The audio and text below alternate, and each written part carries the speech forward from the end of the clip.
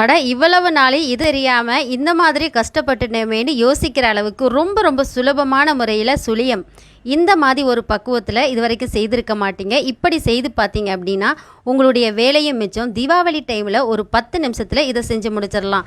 இப்போ நம்ம இது செய்கிறதுக்காக 1/2 கிலோ அளவுக்கு கடலைப்பருப்பு எடுத்திருக்கேன். இந்த கடலைப்பருப்பை நல்லா ஒரு 2 மணி நேரத்துக்கு ஊற வச்சாலே சரியான அளவாக தான் இருக்கும். நான் இப்போ தண்ணியை ஊற்றி 2லேருந்து 3 தண்ணியில் அலசினதுக்கு அப்புறம் தண்ணியை ஊற்றி அப்படியே நான் ஊற வச்சுட்டேன். சரியாக ஒரு 2 மணி நேரம் ஊறிச்சு. எனக்கு சரியான அளவுக்கு கடலைப்பருப்பு ஊறி வந்துருச்சு. இப்போ இந்த மாதிரி நல்லா ஊறி வந்ததுக்கு அப்புறமா இதை அப்படியே ஒரு குக்கருக்கு நம்ம மாற்றிக்கலாம். குக்கருக்கு மாற்றினதுக்கு அப்புறமா இதுக்கு தண்ணியோட அளவுன்னு பார்த்திங்கன்னா சரியாக அந்த பருப்போட அளவுக்கு தான் இருக்கணும். அதிகமாக தண்ணி ஊற்றிட வேண்டாம், கொஞ்சம் கூட தண்ணி எக்ஸ்ட்ரா ஊற்ற வேண்டாம். கரெக்டாக அந்த பருப்போட அளவுக்கு இருக்கணும். பருப்பு மூழ்கிற அளவு கூட நம்ம தண்ணி ஊற்றக்கூடாது. சரியாக 3 விசில் விட்டால் சரியான அளவாக இருக்கும்.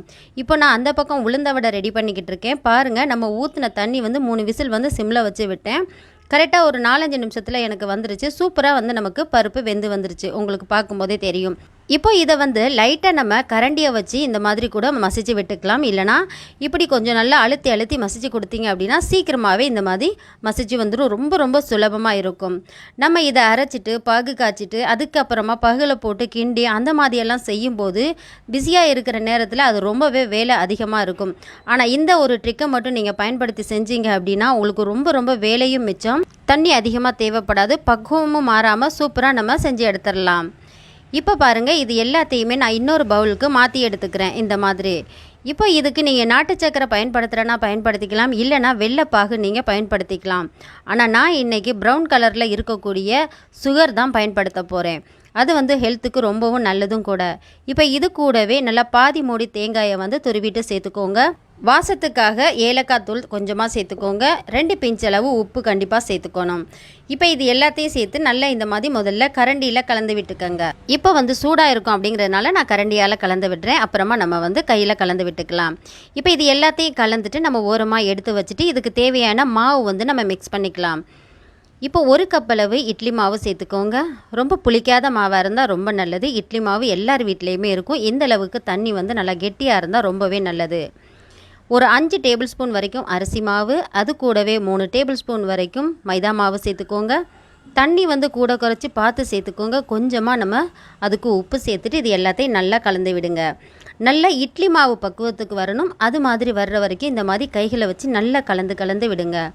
இதுக்கு பேக்கிங் சோடா, பேக்கிங் பவுடர் எதுவுமே நம்ம போட வேண்டிய அவசியம் இல்லை. இந்த அளவுக்கு வந்ததும் இப்போ மாவும் ரெடி பண்ணிட்டோம். ஆயில் ஹீட் பண்ணிட்டோம். ப்ரௌன் கலரில் இருக்கக்கூடிய சுகர் நான் எங்களுடைய ஸ்வீட்னஸுக்கு ஏற்ற மாதிரி நான் சேர்த்துக்கிட்டேன்.